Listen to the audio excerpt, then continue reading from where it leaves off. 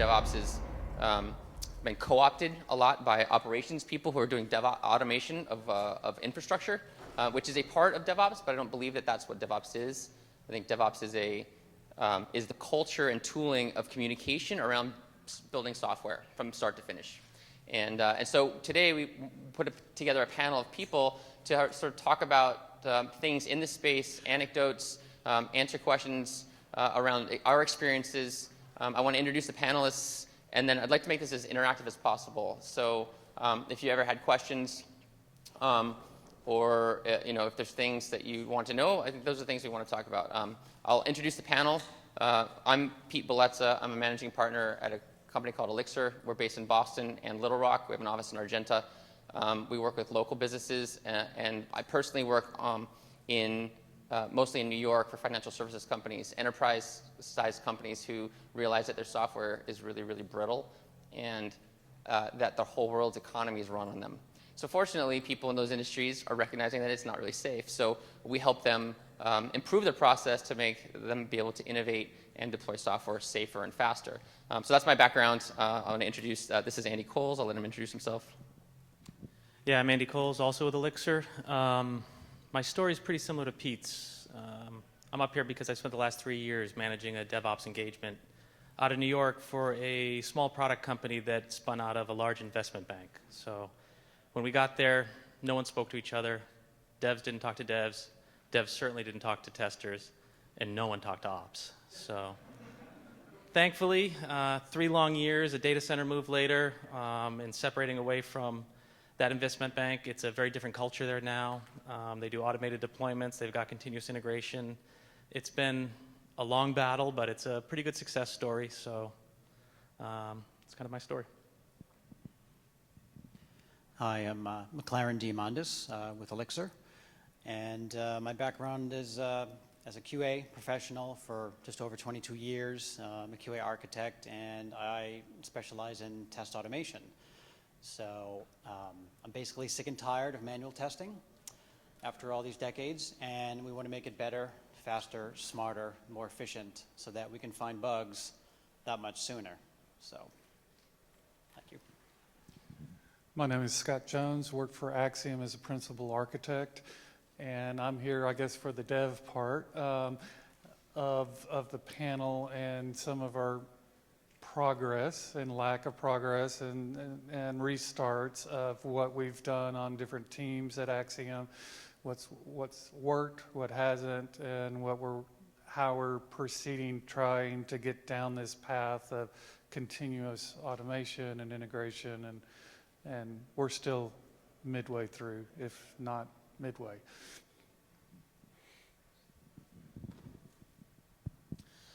So I'd like to start and figure out from the group how many people have worked at a business where they launched a new platform.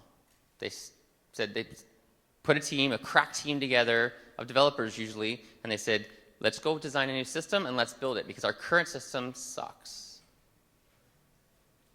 A lot of people, right, because that's every business ever. And how many of those platforms actually got done and got launched? 1, 2. Actually, so the fact that maybe half the group put their hands up, how long did it take? How long did it take for that system to go live? Anyone? Yeah, back in the back. 2 years? 1 year? Were they replacements of existing systems, or were they new systems? A replacement system, fully functioned from the original system, or a subset of the feature functionality? Full functioning. So that's a success story. 2 years, actually, 2 years is great. Based on our experience, and like Andy just described, I'll let him go into a little more details about why it took so long. It actually was more than 3 years in his case. It was 2 years of analysis before they even started the project, and still 3 years later, they still haven't fully migrated out of their old data center and automated their processes. But 2 years is great. I just worked on a project for a company who's very well known for a really bad thing happening in the stock markets in 2014, and we released a new product with new processes in 6 months. So it was existing functionality that we largely lifted, but they had no testing, and that's one of the reasons McLaren is here, is because I think in the DevOps conversation, we don't often talk about testing because we don't really want to manually test anything. But it does require automated testing because that's part of the whole process. Code has to be tested, to be validated, to be verified. I want to talk about that for a little bit, and then we'll talk a little bit more about legacy software, because it's a legacy we're starting to call it revenue software, because the systems that you guys described, which are the new systems, aren't generating revenue yet. They're actually costing your business money to re-platform. But what is making you money is your current systems, and if you can't operate those, then you lose money, and you actually are never going to get done. So I want to talk a little bit about implementing test automation in the DevOps picture of build, package, test, iterate, and deploy. And deploy is part of that. Do you want to talk a little bit about test automation? And please raise your hands if you have questions, because it's largely an unstructured panel. So Sure, yeah. Feel free to stop me if you have any questions along the way. So I've been doing test automation for quite some time with, open source tools, closed source. And, when you say test automation, it's like, well, it's test automation. Aren't we just automating tests, right? Sounds simple, right? You go online, download your JDK, your test-ng, your IDE, put it all together, and you just start coding, right? Start testing. Well, that's good, and it sounds easy, but you got to ask yourself, how do we maintain that going forward? How do we sustain test automation going forward? And then how do we incorporate it into any type of operation within an organization? Show of hands, how many people know about or do or have test automation in their organization? How long have you been doing that? Is it relatively new or 10? That's great. How many are doing test automation with DevOps? Okay, a little bit less, but that's good. So we're creating scripts, and that's great, and we're moving forward with testing, and we're testing code, we're releasing, but what about tomorrow? What about the next day? How do we maintain and sustain it? And one of the things that you can do, and you should do out of the box, number one, is build a call a maintainable, scalable, repeatable process in place, carving out a test automation framework that you can really put in a bag and take it to your next client and improve upon it and enhance it with whatever existing infrastructure and tools and operations that they're currently using. And that's the goal of it. You don't want to build a house, just put a frame in the soil. Got to make sure that foundation is in place first so that you can change your framework if you need to. The foundation is there to support any kind of framework moving forward. So that's part of my role, and I'm currently in Little Rock at a client site. I'm based in LA, so I fly in, work with the client on ground up test automation program. And that's really what it is, because just like DevOps, it's a mindset, it's a culture. It's not just writing a test and automating something and saying that, yeah, we can do that, that's fine.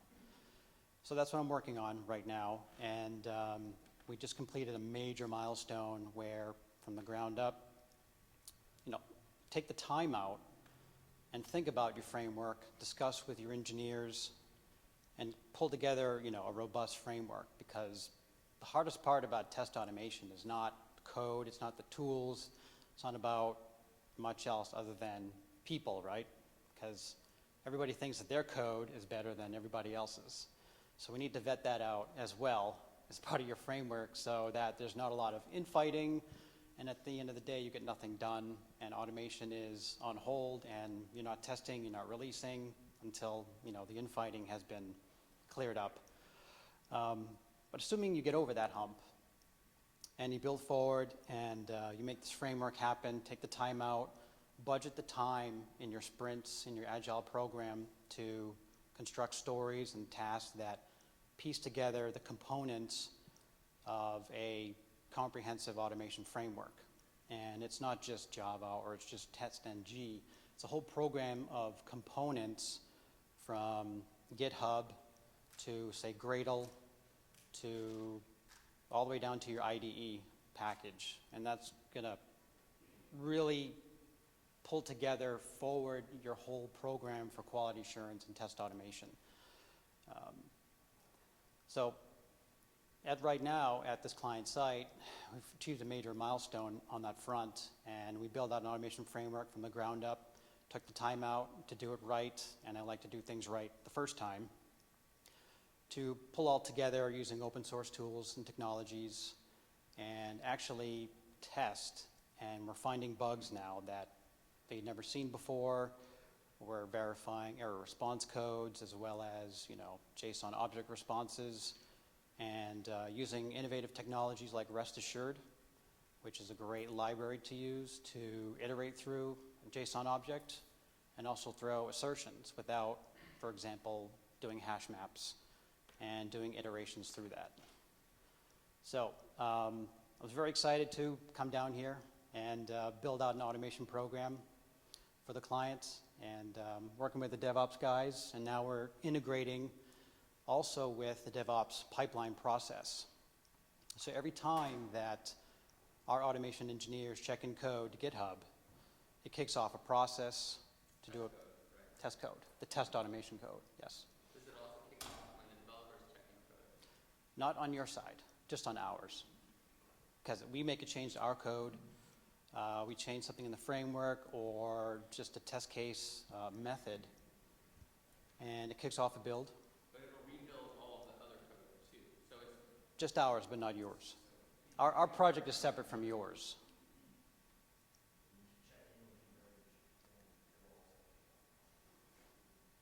So we have a test automation project.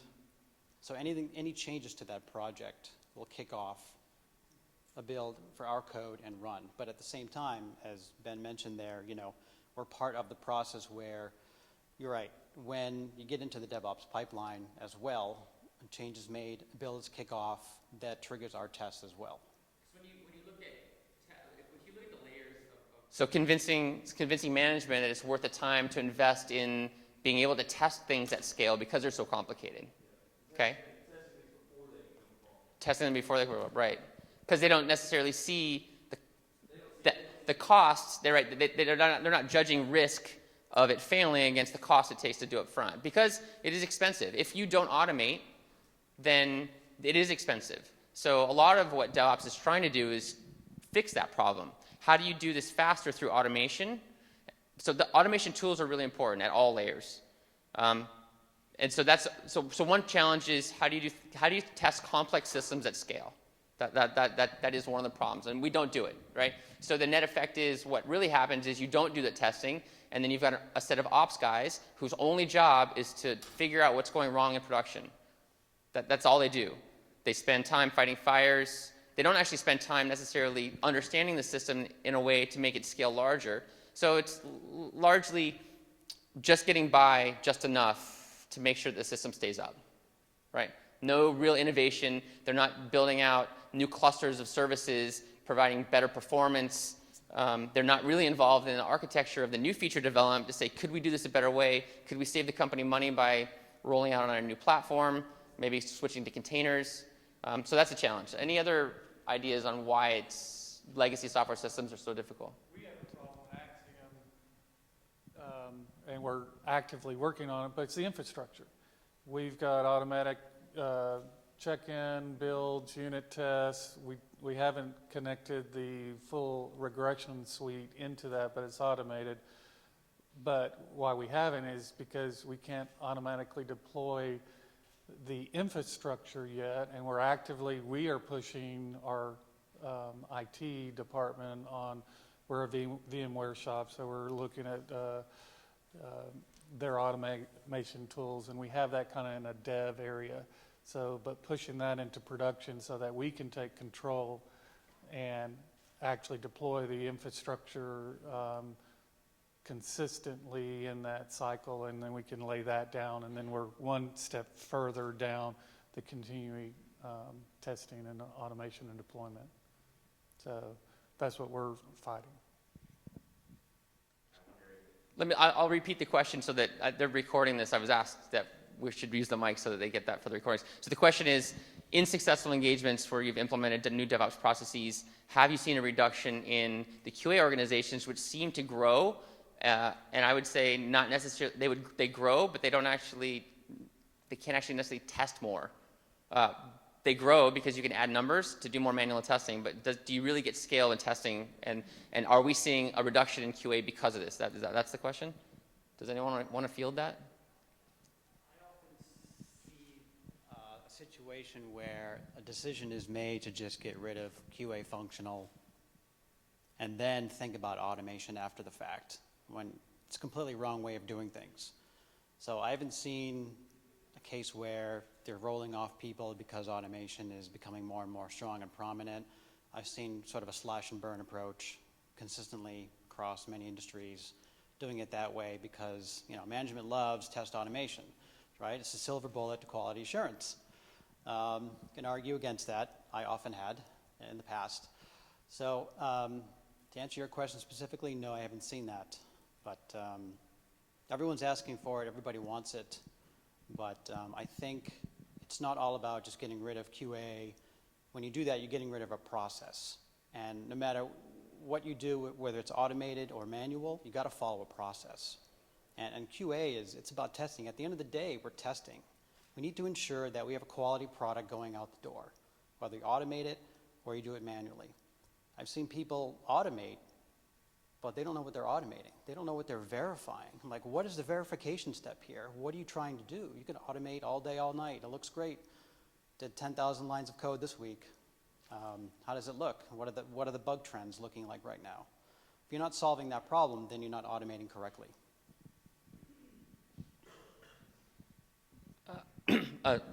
The client that I currently work with in New York has decidedly not used any QA. They don't have a QA department. They have ops teams that are dedicated to each development team.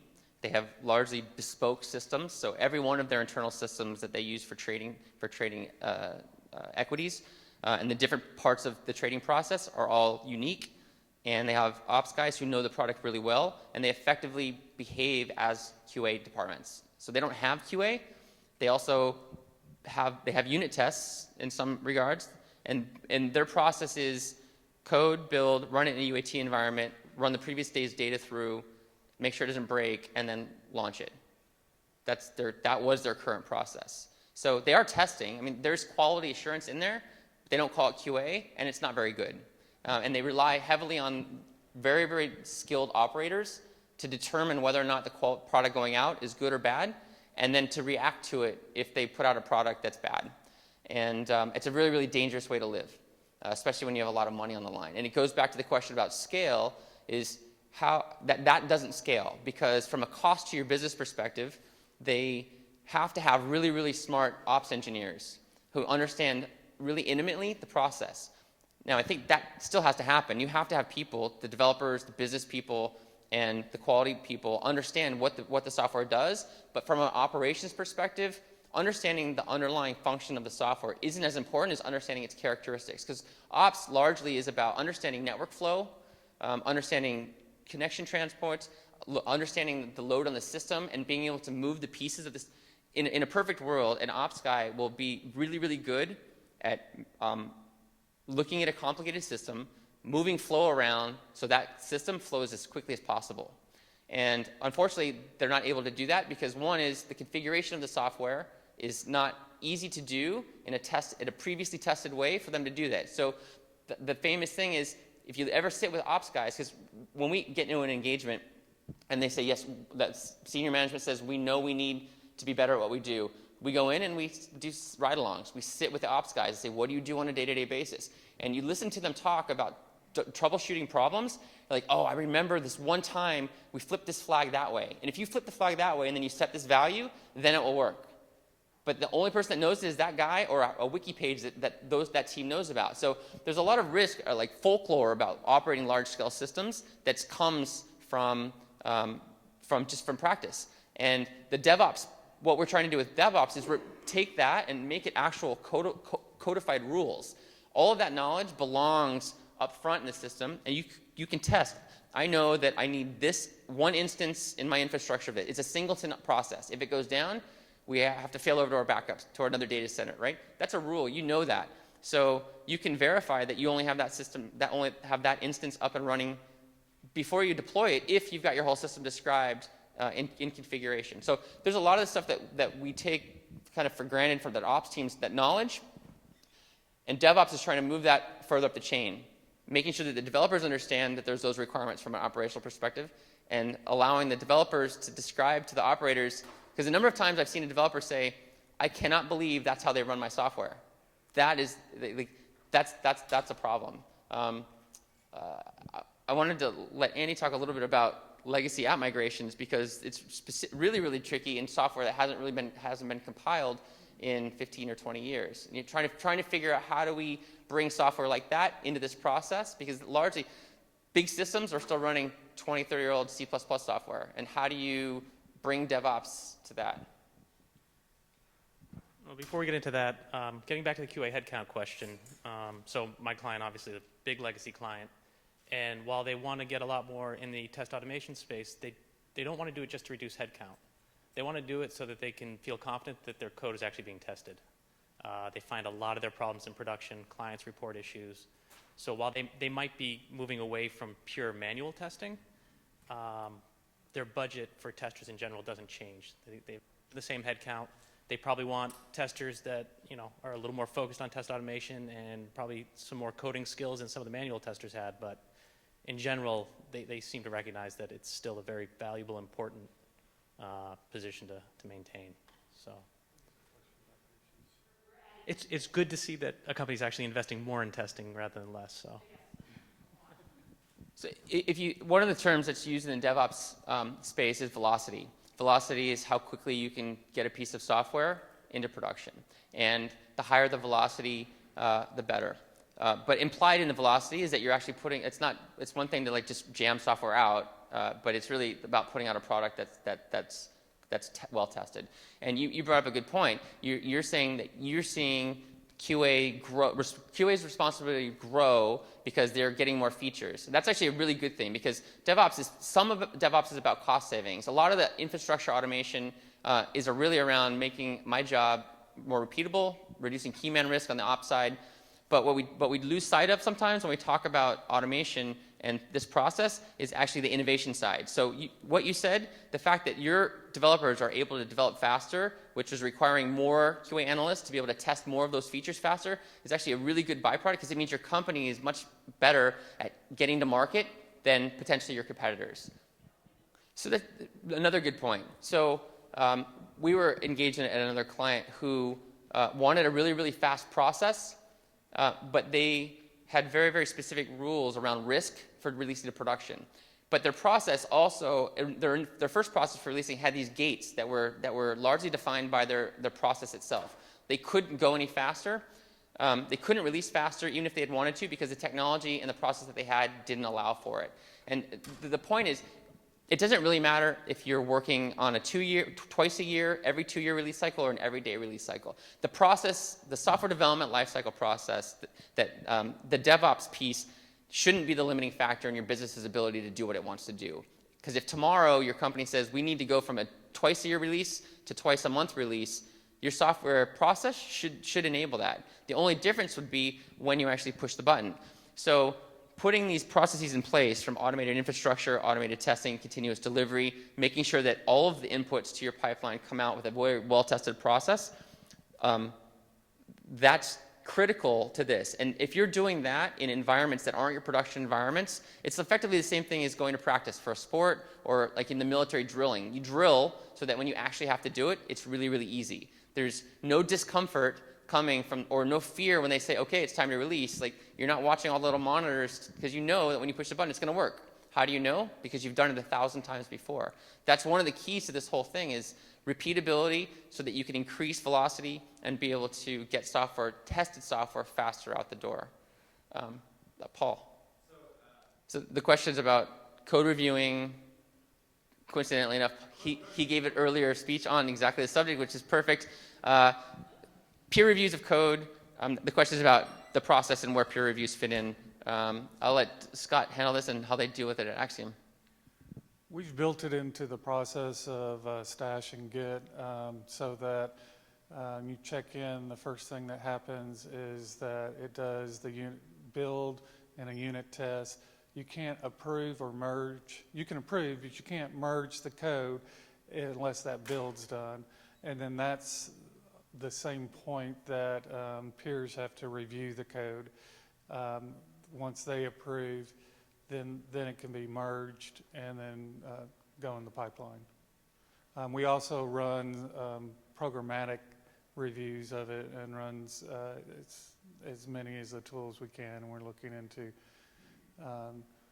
that will scan the code. We're static code analysis. We're looking at, we have an independent process to do security reviews, and that gets run about every 2 weeks to 3 weeks against our repository. What we want to do is hook that into Jenkins, so that also runs so that it does the security analysis, and then in that particular code base, you can say, I accept this risk because if I'm doing ad tech and redirects, yeah, that's appropriate for that app. It's not appropriate for this app.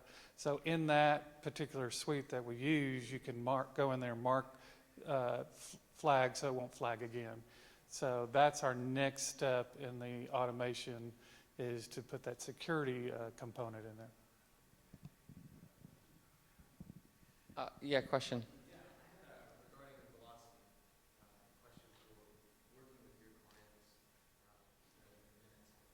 So that's a good question. So it's about velocity and process. And process is a bit of a loaded word, and especially when you look at enterprises. Too much process, process consultants, everything around that ends up meaning more baggage. I work slower because I have process. But you also brought up a good point. It's about quality. You can be as fast as you want, but if you're not putting out a quality product, it doesn't really matter. So there's a balance, right? Striking the balance of quality and velocity, and it's dependent on your business, because different businesses have different tolerance risks. For if you're trading stocks and you have people's money on the line, you have a less tolerance for risk than you would if you're a consumer application, and you can tolerate some failures, some timeouts, whatever that is. So I think it's a sliding scale. But I think your original question was, how do you get buy-in at the top? Specifically in organizations that don't have the process. Right. Well, like an addict, sometimes it takes you to hit rock bottom to make you realize that you have a problem, because no matter how much I tell you that this process in place is for your benefit, you still go to the bar. So that being said, there's enough anecdotal evidence of failure for people to at some point realize. So I think the DevOps is a journey. Like, our engagements with our clients are around a discovery period where we know what like, everyone's got some process. Even companies that don't have process have process. It just might be really, really thin.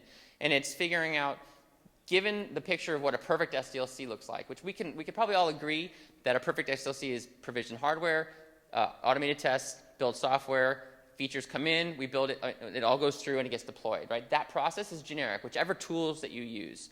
And to be able to do that well, you have to communicate, all the people in the stack have to communicate.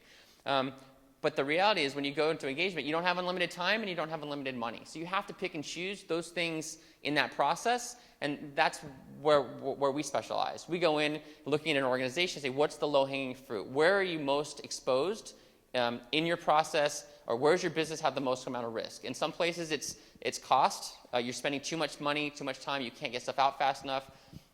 In other places, I think it depends. The developers often complain about the speed of their compile times. Like, they feel inefficient.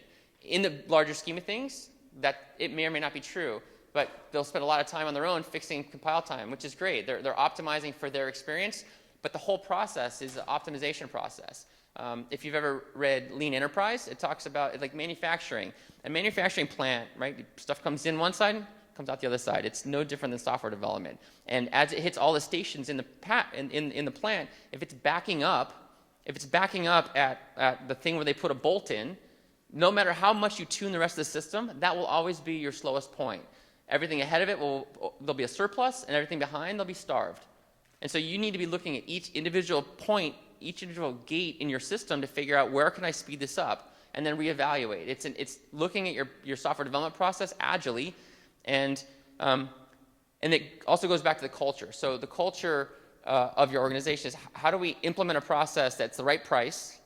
How much am I willing to spend? How am I going to get the most value out of it? And how am I going to get everyone to buy into it? Because the best process is useless if you don't get buy-in from people.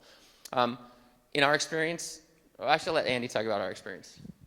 Yeah, I mean, in our experience, it's hard, and you have to have someone at the right level, and that person has to have money. If they don't, a developer can't do this on their own, right?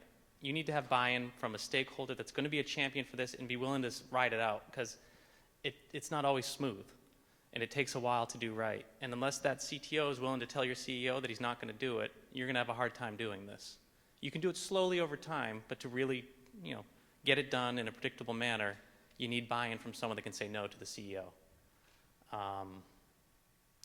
And whoever does buy in has to be willing to weather a pretty good storm. So I'm a former developer, so I can say this, but developers are the loudest and most arrogant people in that organization.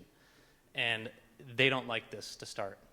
Most of them like it after it's been implemented and everyone sees the value in it, but at first it's slowing them down. They don't want to worry about testing. They certainly don't want to worry about how this thing is run, because it works on their machine. So, yeah.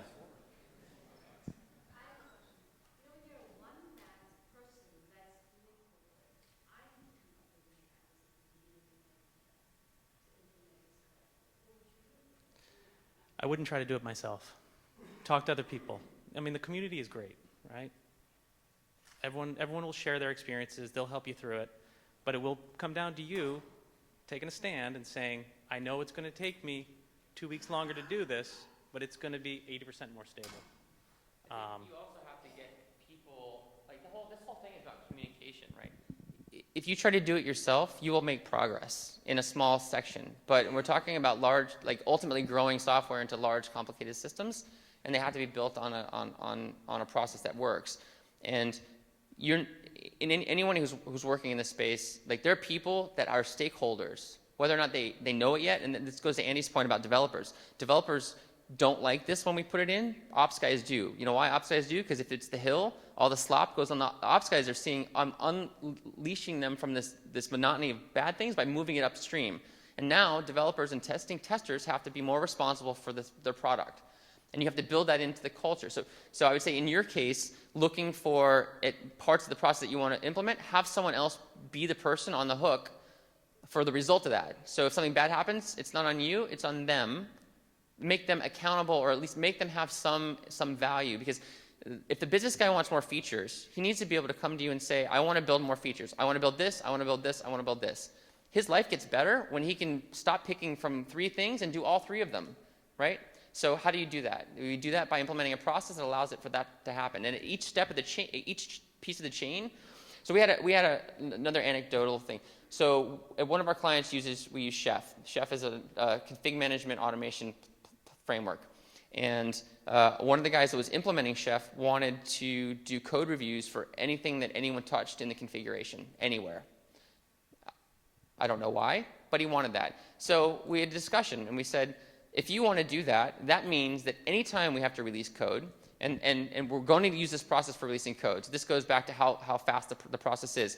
We don't want a process where we fix things in production that don't go through the same process that our original code went through, right? The fallacy is you create this process to develop launch software once a year, and then it gets into production, and you can't wait another year to fix bugs. So you hotfix stuff. That hotfix stuff goes through a different process than your main stuff. But the main process is the one that's supposed to guarantee quality, but it doesn't because it creates bugs. So you fix around it, right? So there's a logical flaw in that philosophy. So now I lost track of what I was saying. Man, that happens sometimes. My kids are always giving me a hard time for it. Actually.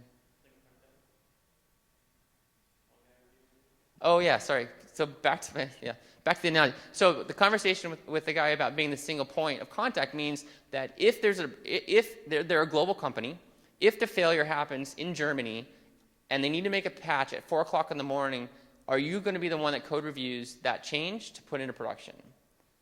And that's sort of the thing. So you need to distribute responsibility around the organization through the process and make the people not one person. So there's key man risk you need to avoid, and that's not your problem. I mean, you have it because you are the key man, but your problem is that you don't have enough people who are also bought into the process to support you in building it the right way. And it's probably just they don't understand the value that they would get from it.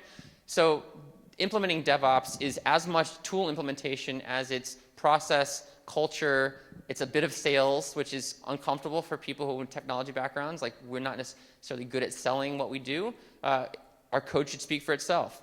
But that's not always the case. People need to understand why it matters to them. And as soon as it matters to them, then they'll have your back. And now that Andy and I both come from a development background, now that I'm in consulting around DevOps, I'm starting to realize like our success and the company's success are the same, but the only way to get there is by helping people understand what value they get out of it. And it's a salesman for a technical process that I believe has incredible value.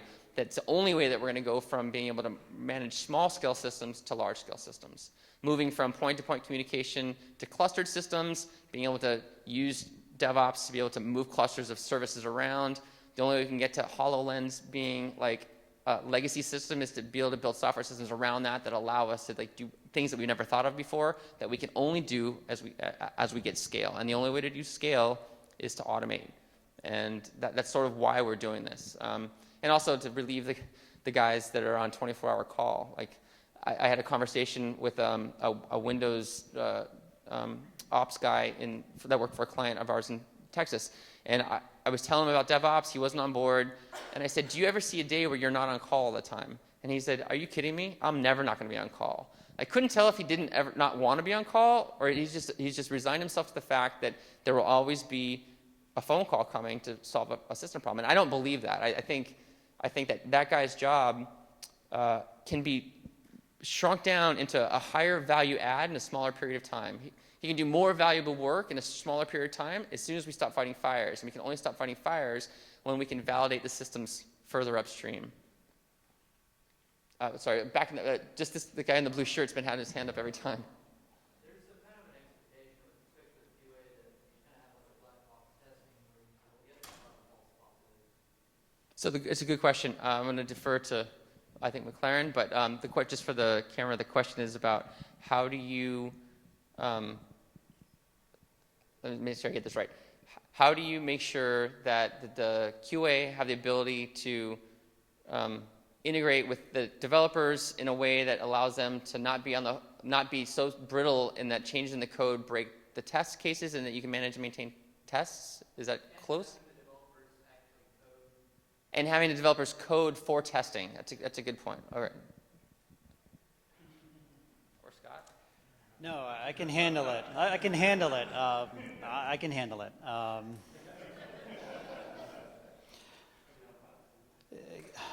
So it goes back to the question of what are your team's current capabilities as a QA function for test automation?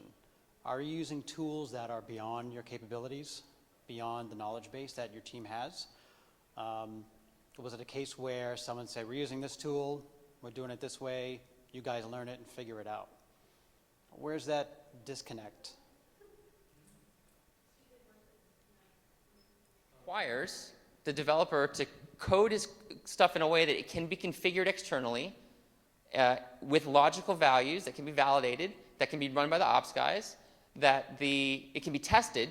So to test it, I need to be able to write tests around that stuff. So the software has to be written in a testable fashion. I mean, you can do anything in software, but if you don't do it right, it makes this process very difficult. So some of it is about how it starts at the beginning.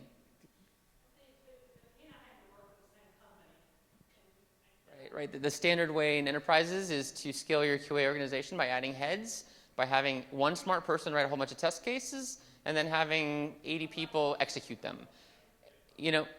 And that doesn't work. And what really doesn't work is if you don't have the ability to spin up separate environments and you're testing all of those cases in parallel in the same environment, you actually aren't testing anything. You have no way to guarantee that your system is actually behaving the way you expect it to, because I'm testing my stuff, changing the data, and Ben's changing his stuff, running his tests. At the same time, we now we have an unknown result for a test that we thought we had valid inputs and outputs.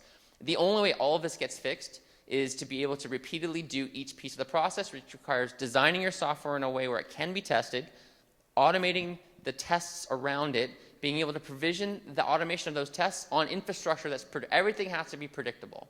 Right? What we do is an art in sort of how we design systems and how we design solutions to problems, but what shouldn't be an art is how we actually get the stuff out the door. That should be prescriptive through a process that we all know how it works, and that's what DevOps is trying to solve. Through tooling and communication and a different shaped set of teams, it's just challenging because we're swimming against a whole lot of baggage from our industry that people my age and a little bit older have brought into this, and we're trying to change it. Let's see, what time is it? We have 9 minutes left. I think, yeah. Yeah, I want to throw something into the question of how do you drive that adoption results. That's a very good point. So now Taking the politics out of it and having it be results driven is one of the easiest ways to make this happen. So this industry is, like, over the last 3 or 4 years, as the tooling companies, Chef and Puppet, have gone to they're trying to sell product. And how do they sell product? By trying to get people to adopt this philosophy for software development. And it's challenging. In a big organization, turning the culture of an organization around is almost impossible. And it is proven to be the case that you cannot teach this to people and then let them go back into their teams, and the inertia, the negative inertia of the old process will overwhelm that guy, and that guy will leave. So what's happening now is people are building integrated teams that are very successful, and you have to define success. You have to define what that team's goal is, and then when that team is successful, celebrate the success and give them another project. Because what happens in an enterprise is people talk. I'm working on a great project and we're having a lot of success. And then my buddies, Andy's like, they never talk about my project because it sucks. I want to be on that team. Well, why are you so successful? So you're right.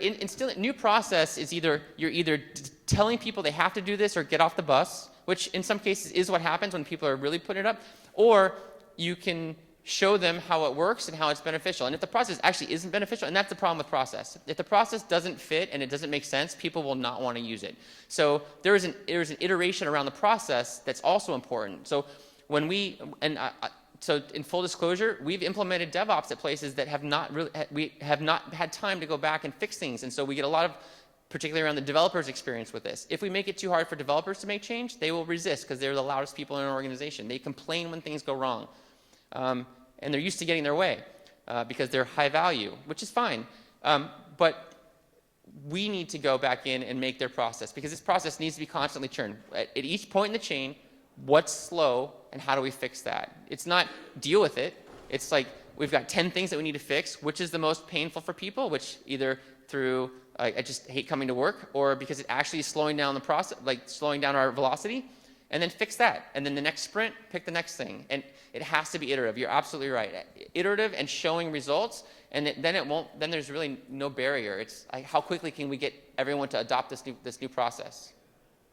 It has to go all the way through, right? You can't stop. You can't have really good DevOps all the way through testing. Yeah, it has to go to production. Because the amount of stuff you learn about your system when it's in production, you're missing a whole chunk of knowledge if the ops guys aren't involved. Because you would make different development decisions if you knew that your friend in ops had a shitty weekend. Honestly, if he couldn't go to the company barbecue because he was on call because your code, you'd feel terrible, and you'd fix it. So part of this is that communication process, right? How do you make everyone be responsible as a team vertically, and not just, oh, my dev buddies, we're going out to lunch and the QA's testing our stuff. Well, when we come back, we'll see what the results are. Well, that's the old school way of doing it, and that doesn't. It's bad for morale, it's bad for the business, both through churn and lack of features getting out to production. There's a lot of reasons why that's not the way things should continue. Let's see what time it is. 2:25, we have 5 minutes. Anyone have any questions or thoughts, or for anyone up here? Yeah. In the whole stack of DevOps. I can tell you what's popular.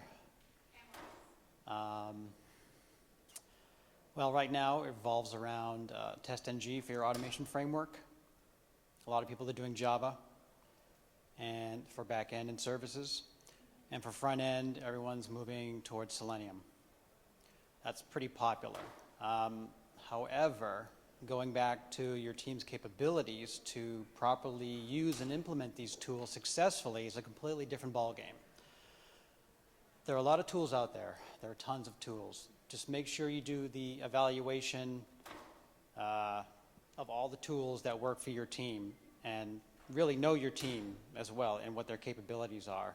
Are they all manual testers and they're going to a full test automation program, or are they all SDETs, software development engineers and test, and they know Java or they know Ruby or Python and they're really good and solid in that approach? Your process and your approach will be completely different from those manual testers who give you the deer in the headlights look when you say we're going to test automation. All right. So those are popular, but they may not be totally applicable for your organization. So do the analysis, go to some trade shows, talk to the vendors, sit down with them, and if your people can't pick up a tool within 20 minutes, then you want to move on to the next one. Sorry? With the developer skill set? Oh, then it would be the TestNG Java Selenium route.